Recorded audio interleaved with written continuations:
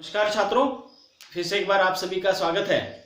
हम सत्र क्रमांक 2 के अंतर्गत तीसरा जो पाठ है विमला की शादी, जिसको सुधीर ओगदे जी ने लिखा है, और इस व्यंग्य रचना के अंतर्गत हम वो सब कथा वस्तु देख चुके हैं, जिसके माध्यम से हमने समझ लिया कि आजकल समाज में जो भ्रष्ट लोगों को किस प्रकार वरीयता दी जा रही है और उनको ही वहां पे सराहा जा रहा है, और उसके कारण समाज का माहौल किस प्रकार बिगड़ रहा है, ये बातें थोड़ी सी कथानक के माध्यम से हमारे सामने आ चुकी है।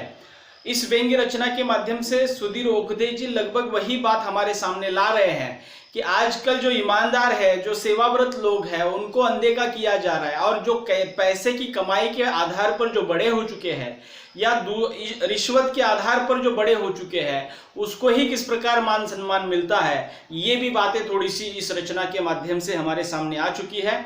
और आज हम इस रचना के माध्यम से सुधीर ओगदे जी उस कथावस्तु में रामधन चाचा और ये तीन जो पात्र वहां पे लिखे गए हैं, बिरजू, नागेश और हेमंत, इनके बीच हुए संवाद के आधार पर सुधीर ओगदे जी हमारे सामने वो पक्ष लाना चाहते हैं कि आज समाज किसको वरीयता दे रहा है, और आज किसी एक लड़की का पिता जो है किस प्रकार सही वर को चुनने की बजाय पैसे वाले वर को चुनकर जो है गलती कर रहा है। ये बातें थोड़ी सी हम देख चुके हैं। हम यहाँ पे थोड़ा सा इसको अलग ढंग से समझने की कोशिश करेंगे।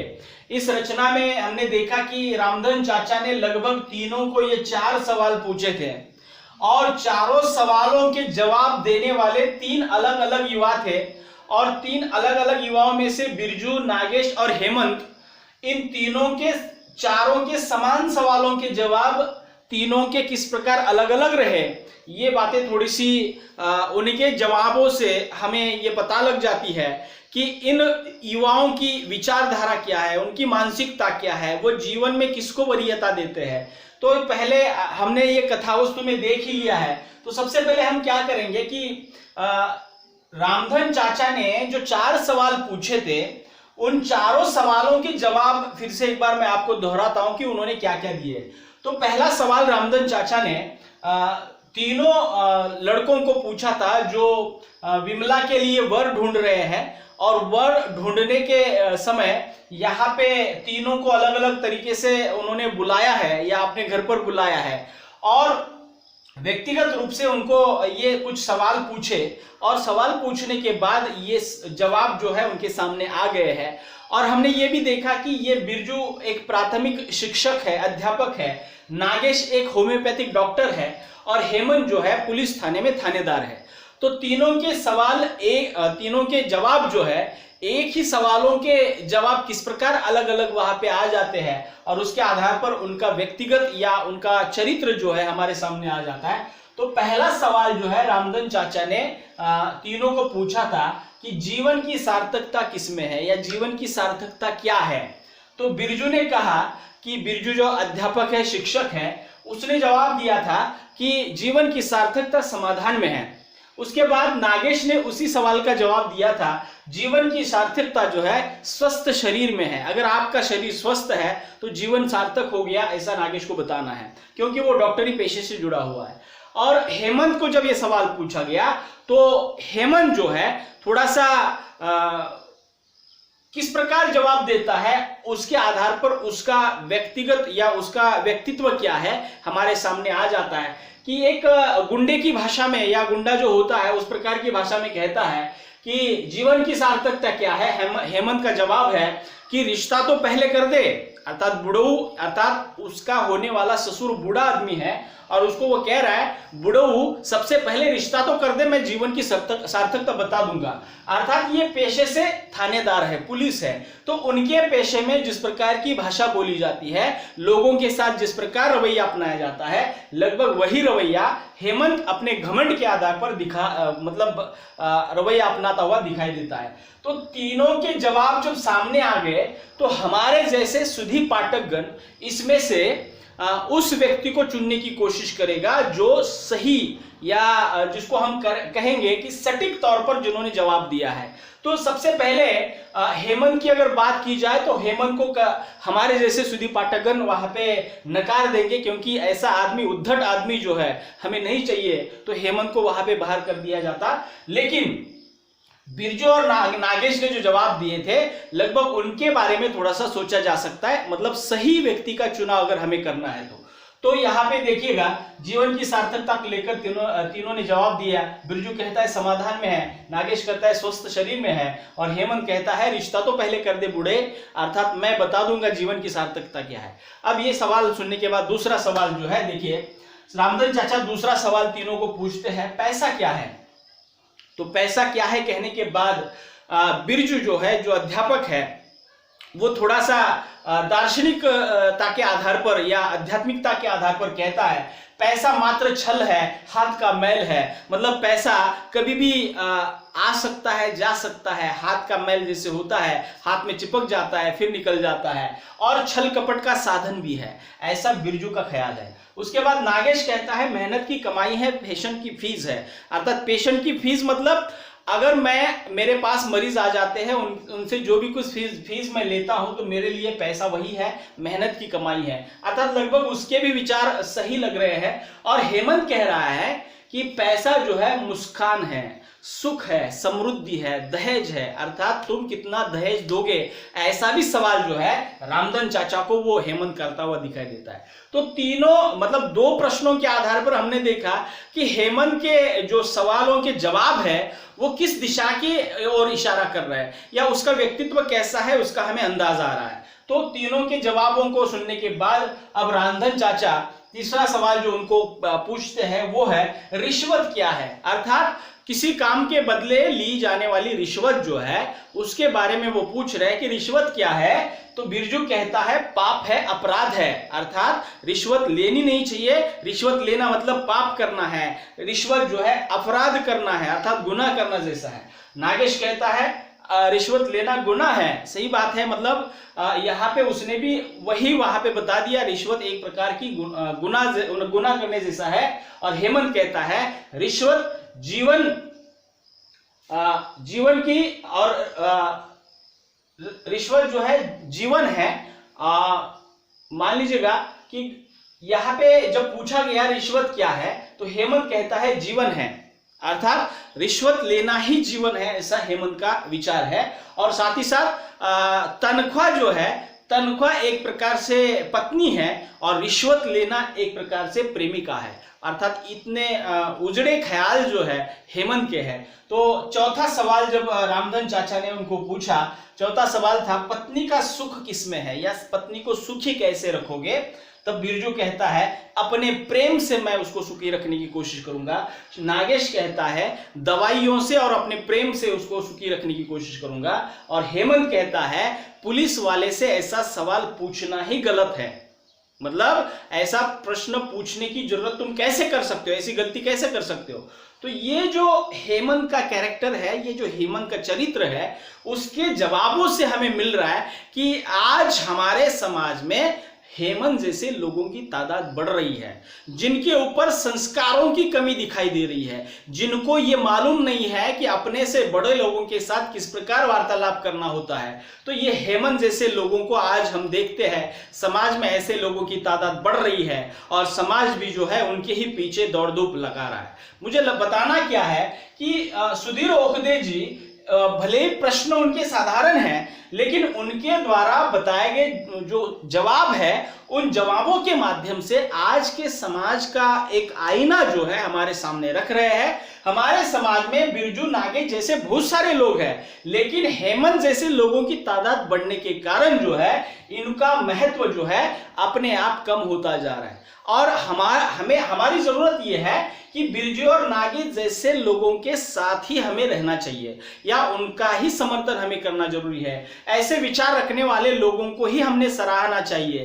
तो हम बल्कि आज उल्टा हो रहा है, हेमंत जैसे लोगों को ही लोग सराह रहे हैं, उनकी वाहवाह कर रहे हैं और उनके ही पीछे भाग रहे हैं। तो ये बातें जब देखने के बाद मुझे बताना यह है कि इस रचना का आशय क्या है, इस आशय के ऊपर जब हम आ जाते हैं तो मैं बताना चाहता हूं कि 3 प्रकार के चरित्र हमारे सामने हैं। एक चरित्र है ज्ञान दान करने वाला जो व्यक्ति है, जिसको बिरजू हमने कहा, ज्ञानदाता जिसको कहा जाता है। ज्ञानदाता के विचार क्या है? नागेश जो पेशे से डॉक्टर है, एक सेवाव्रत विचार वाला व्यक्ति है। और हेमंत जो है भ्रष्ट लोगों के विचार, अर्थात हेमंत उस कैटेगरी में आ जाता है। मुझे बताना क्या है कि आज समाज में भ्रष्ट लोगों की किस प्रकार चल रही है, भ्रष्ट लोग ही किस प्रकार आम जनता पर जो है अपना अनुशासन चला रहे हैं। तो ये बात कहीं ना कहीं समाज को गलत दिशा की ओर लेके जा रही है। अर्थात ज्ञानदाता के विचार, अर्थात बिरजू जो है आज समाज को बनाने का काम, समाज की पीढ़ियों को संस्कारित करने का काम एक अध्यापक का होता है। और वो बिरजू जो है अपने विचारों से, अपने ख्यालों से करता हुआ दिखाई देता है, क्योंकि उसने जो जवाब दिए थे वो हर किसी को मान्य हो सकते हैं। और नागेश भी जो है अपने पेशे से डॉक्टर होने के कारण वो ज्यादातर अपने विचार जो है स्वस्थ शरीर, दवाइयां, इस प्रकार के जो उसने जवाब दिए थे, ये जवाब से भी हम कह सकते हैं कि अपने बेटी के वर के तौर पर इसको भी चुना जा सकता है। लेकिन कहानी इस रचना के अंत में जब हेमंत के द्वारा जो जवाब दिए गए, तब वहां पे रामधन चाचा जो है हेमंत को ही अपने विमला की बेटी के वर के रूप में वहां पे चुनते हैं।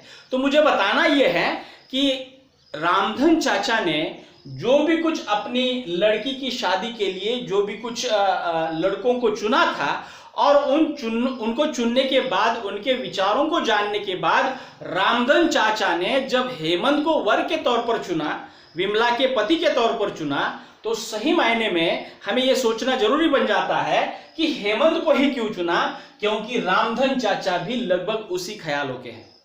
रामधन चाचा ने भी अपनी पूरी जिंदगी जो है रिश्वत लेकर या भ्रष्ट आचरण के आधार पर अपनी पूरी जिंदगी सुधारी है, संवारी है। अपने जीवन में उन्होंने जो भी कुछ कमाया है वो सभी के सभी रिश्वत के आधार पर कमाया है।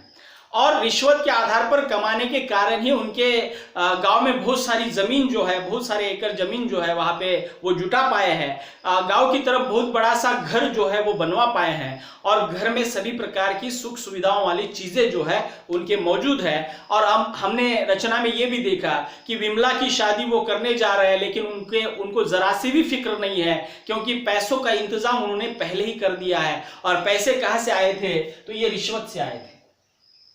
तो रामधन चाचा के ख्याल और हेमंत के ख्याल जो है लगभग एक जैसे होने के कारण रामधन चाचा जो है अपने जमाई के तौर पर, अपने बेटी के पति के तौर पर हेमंत को चुनते हैं। और हम इस रचना के माध्यम से उन्होंने ये किया, लेकिन समाज में भी हम देखते हैं कि समाज में भी लगभग ऐसे ही लोगों की चलती रही है। मतलब ऐसे ही लोग जो है अपना अधिकार जो है जमाने की कोशिश कर रहे हैं। जो भ्रष्ट है वही व्यक्ति जो है अपने से कम भ्रष्ट या अपने से ज्यादा भ्रष्ट लोगों के साथ जुड़ने की कोशिश कर रहा है। मतलब हेमंत एक भ्रष्ट आचरण वाला व्यक्ति है और रामधन चाचा भी जो है भ्रष्ट आचरण वाले व्यक्ति है। दोनों एक जैसे स्वभाव के होने के कारण ससुर अपने जमाई को चुनता है, जमाई अपने ससुर को चुनता है।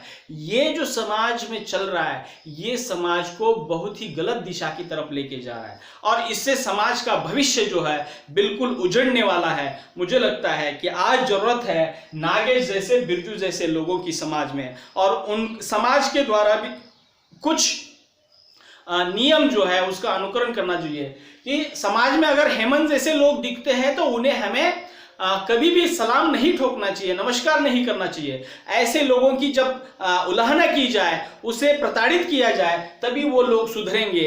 अगर उनकी वाहवाह की जाए तो और वो लोग जो है आपको सर पर बैठते हुए दिखाई देंगे। तो मुझे बताना क्या है कि विमला की शादी इस रचना के माध्यम से, इस व्यंग्य रचना के माध्यम से सुधीर ओकदे जी हमारे सामने एक ऐसा समाज का पहलू रख रहे हैं जिसमें भ्रष्ट लोगों के या भ्रष्ट आचरण करने वाले लोगों के साथ आज हम किस प्रकार रह रहे हैं, आज हम उनको किस प्रकार से अपना रहे हैं। तो उन लोगों को अगर सही समय पे वहां पे प्रताड़ित किया जाए तो समझ लीजिएगा कि हेमंत जैसे लोग, रामधन चाचा जैसे लोग जो है समाज से कम होते दिखाई देंगे। लेकिन आज समाज में बिल्कुल उल्टा हो रहा है, उनकी ही वाहवाह की जाती है, उनकी ही सराहना की जाती है।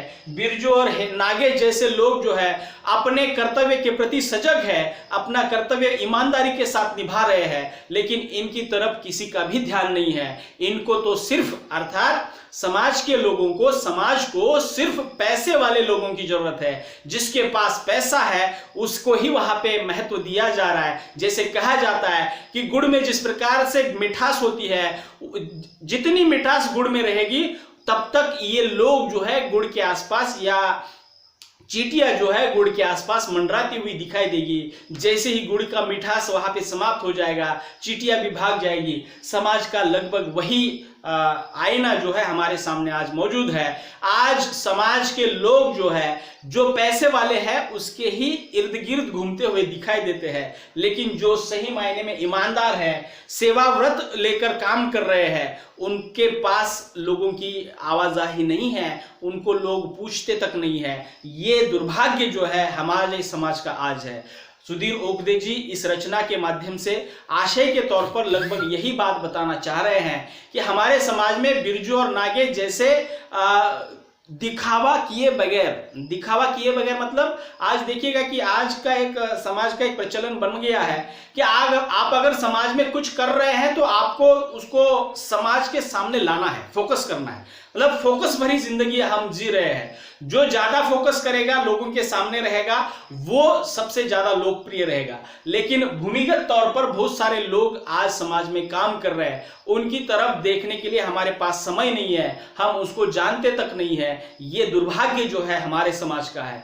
तो ये स्थितियां जब तक समाज में बनी रहेगी तब तक समाज का नुकसान जो है होता रहेगा। बिरजू नागेश जैसे लोगों को हम जिस प्रकार लीग से बाहर कर देंगे तब तक जो है हमारा समाज जो है गलत ही राह पर चलता हुआ दिखाई देगा। तो हम जैसे सुधी पाठकों को यह समझना है कि हेमंत जैसे भ्रष्ट आदमी के पीछे भागने की बजाय, या हेमंत जैसे लोगों के विचारों को अपनाने की बजाय, नागेश और बिरजू के जो विचार है उन लोगों के विचारों को ही अपनाना जरूरी है। भले ही इस व्यंग्य रचना में सुधीर ओगदे जी ने, रामधन चाचा ने फैसला हेमंत के पक्ष में दिया हुआ दिखाई देता है, लेकिन ये हमारे सामने एक प्रश्न चिन्ह खड़ा कर देते हैं कि रामधन चाचा ने सही मायने में अपनी बेटी के लिए सही वर चुना क्या। तो हमारे जैसे पाठकों को इसके ऊपर सोचने के बाद यह जवाब मिल जाएगा कि वहां पे रामधन चाचा भी उसी विचार वाले थे, उसी भ्रष्ट ख्याल वाले थे।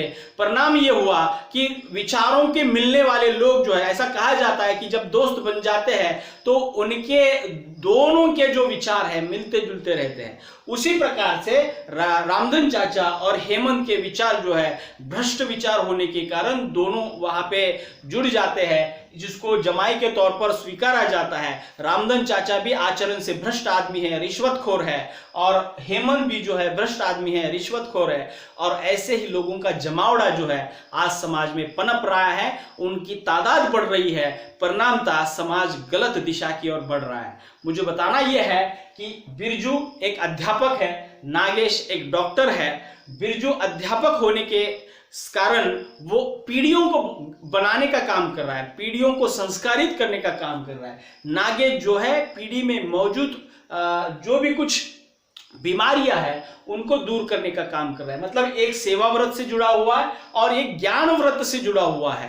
अर्थात ज्ञानदाता कभी कभी भी, मतलब किसी भी समय में सर्वश्रेष्ठ होता है। सेवा व्रत रहने वाला व्यक्ति भी किसी भी समय में सर्वश्रेष्ठ होता है। तो मुझे बताना है कि आज के दौर में अगर इन लोगों को हमने उनकी सराहना की, उनको महत्व दिया, तो ऐसे बिरजू और नागेश के लोगों की भी वहां पे तादाद बढ़ सकती है। समाज जो है दिखावे पे चलता है, जो जिसकी वाहवाह हो रही है उसके ही पीछे समाज दौड़ता है। हेमंत जैसे लोगों की वाहवाह होती है तो आज के युवा वर्ग भी जो है लालायित है पुलिस में नौकरी करने के लिए, पुलिस में किसी भी पद पर काम करने के लिए, क्योंकि वहां पे ऊपर की कमाई बहुत ज्यादा मिल जाती है। तो ऐसे ख्याल हमें हमारे जीवन की सार्थकता को परिपूर्ण नहीं बनाते। तो मुझे बताना क्या है कि हमें भी इस प्रकार के पेशों को अपनाना चाहिए कि जिसमें हम किसी का भला कर सके, हम किसी की सेवा कर सके। तो आज के युवकों को सुधीर ओगदे जी एक प्रकार से संदेश देना चाहते हैं कि हमें अगर अपना करियर चुनना है तो हमें इस रास्ते से कमाई नहीं करनी है, हमें अपने ईमानदारी के साथ, प्रामाणिकता के साथ हमें अपना जीवन जो है सुधारना होगा, तभी जाकर जीवन की सार्थकता वहां पे संपन्न होगी। तो ये सार्थकता वाली, पैसा क्या है, रिश्वत क्या है, पत्नी का सुख किसमें है, ये सभी बातें एक प्रकार से सभी युवकों को लागू होने वाली बातें हैं। और परिणाम था सुधीर ओगदे जी ने जिस प्रकार से बिरजू, नागेश और हेमंत इन पात्रों के माध्यम से जो अलग अलग विचार उन युवाओं के रखे हैं, ये युवा सिर्फ इस रचना में नहीं है, समाज में भी बहुत सारे हैं। तो ये तीनों जो है उस समाज का प्रतिनिधित्व कर रहे हैं। हेमंत के ख्याल वाले बहुत सारे लोग हैं, नागेश के ख्याल वाले बहुत सारे हैं, बिरजू के ख्याल वाले बहुत सारे हैं, लेकिन समाज आज हेमंत के ख्याल वाले लोगों को सराह रहा है, उनको महत्व दे रहा है। तो ऐसा नहीं होना चाहिए। हमें बिरजू के बारे में सोचना चाहिए, हमें नागेश के बारे में सोचना चाहिए। पैसों की बात जिस प्रकार बिरजू ने कहा था कि पैसा एक प्रकार से हाथ का मैल है, पैसा कभी भी आता है, कभी भी चला जाता है, तो हमें पैसों को महत्व देकर उस व्यक्ति को तौलना नहीं चाहिए। अगर और एक बात मैं बताना चाहता हूं कि भविष्य में कभी अगर आप किसी व्यक्ति के साथ संभाषण कर रहे हैं तो कभी भी उस व्यक्ति की आमदनी की पूछताछ मत कीजिएगा। कितनी तनख्वाह मिलती है वो मत पूछिएगा, कितनी सैलरी मिलती है वो मत पूछिएगा। इसका मतलब ये होता है अगर आप उस व्यक्ति को उसकी तनख्वाह पूछते हैं तो एक प्रकार से आप उस व्यक्ति को उस पैसों के आधार पर तौलने की कोशिश करते हैं। उसकी जो है पात्रता क्या है, अर्हता क्या है, पैसों के आधार पर हम तय करते हैं। उसको कितना महत्व देना है पैसों के आधार पर तय करता है। लेकिन उसकी तनख्वाह पूछने की बजाय वह असल में व्यक्ति कैसा है, उसका चरित्र कैसा है, उसके अंतर्गत कैसे गुण हैं, उसका स्वभाव कैसा है, इसकी अगर छानबीन की जाए तो सही मायने में आपको सही लोग मिलते हुए दिखाई देंगे। पैसों के बल पर तो हर कोई भी कुछ कर सकता है, लेकिन जो स्वभाव से अच्छे होते हैं उन लोगों की तादाद बढ़नी जरूरी है। और हम जब जीवन जी रहे हैं तो हमारे आसपास भी ऐसे ही लोगों की वहां पे जरूरत होती है कि जिनके ख्याल अच्छे हैं, जिनके विचार अच्छे हैं, गुण अच्छे हैं, स्वभाव अच्छा है, तभी जाकर हमारा जीवन भी वहां पे सभी कष्टों से दूर रहेगा। अगर हम पैसों को महत्व देंगे तो समझ लीजिएगा हमारा जीवन भी बर्बाद होता रहेगा। अर्थात आज के समाज की ये कड़वी सच्चाई है कि हर कोई जो है पैसे कमाने के लिए लालायित है, भले ही वो किसी भी मार्ग से मिलता रहे। तो ये जो हमारी दौड़ धूप चल रही है, सही मायने में इसको थोड़ा सा आंकने की जरूरत है, उसको जांचने की जरूरत है, और तभी जाकर हमें पता चल जाएगा कि पैसे भी कमाने हैं लेकिन सही रास्ते से कमाने हैं। लगभग ये सभी बातें सुधीर ओगदे जी इस व्यंग्य रचना के माध्यम से हमारे सामने रखते हैं। मुझे लगता है कि आशय के तौर पर भी मैंने ये बातें आपके सामने रखी है, और सुधीर ओगदे जी को इस व्यंग्य रचना में समग्र रूप से क्या कहना है और ये जो कुछ सवाल जवाब वहां पे रखे गए थे उसके माध्यम से भी क्या कहना है, ये सभी बातें मैंने अभी आपके सामने खुलकर रखी है। और एक बात मैंने बताई थी कि यहाँ पे 3 व्यक्तियों का जिक्र किया गया है, एक सेवा से संबंधित है, और दूसरा ज्ञान से संबंधित है, और तीसरा जो है भ्रष्टाचार से संबंधित है, रिश्वत से संबंधित है। तो ऐसे लोगों में से हमें किसको चुनना है, हमारे विचारों पर निर्भर करता है कि हम अगर भ्रष्ट लोगों का साथ देते हैं तो समझ लीजिएगा उस प्रकार का गुण या उस प्रकार का दोष जो है हमारे भीतर भी है। हम अगर उन लोगों को सराह रहे हैं तो हम भी भ्रष्ट है, ऐसा समझ लीजिएगा। क्योंकि हम जब दूसरों की वहां पे उसको प्रताड़ने की कोशिश करते हैं या उसको जांचने की कोशिश करते हैं तो हमारी जांच पड़ताल जो है हमारे भीतर जो गुण मौजूद है उसके आधार पर ही वहां पे होती रहती है। तो इसलिए समाज में अच्छा बने रहिए, ईमानदार बने रहिए, हो सके तो बिरजू और नागेश जैसा होने की कोशिश कीजिएगा, तभी जाकर समाज का इसमें हित है, और तभी जाकर ये जो भी कुछ रचना इन साहित्य के माध्यम से लेखक जो लिख रहे हैं उसका उद्देश्य भी वहां पे सफल होगा। क्योंकि हमें सही राह की ओर समाज को लेके जाना है, सही राह की ओर आज के नव युवकों को लेके जाना है। आज जो होड़ मची हुई है पैसे कमाने की, ये पैसा ही सब कुछ नहीं है। पैसा एक वक्त में मिल जाता है, लेकिन ऐसा भी समय आ जाता है कि वहां पे पैसा भी कुछ काम नहीं करता। करोड़पति है लेकिन डायबिटीज है, गुलाब जाम नहीं खा सकता, इसका क्या मतलब है? अर्थात मुझे बताना ही है कि आज पैसे के, भले ही पैसे से सब कुछ चल रहा है, लेकिन पैसा ही सब कुछ है ऐसा नहीं है। पैसे से ही आगे बढ़कर बहुत कुछ है, और वो बहुत कुछ मतलब क्या है? आपको इंसानों की कमाई करनी चाहिए, न कि पैसों की कमाई करनी चाहिए।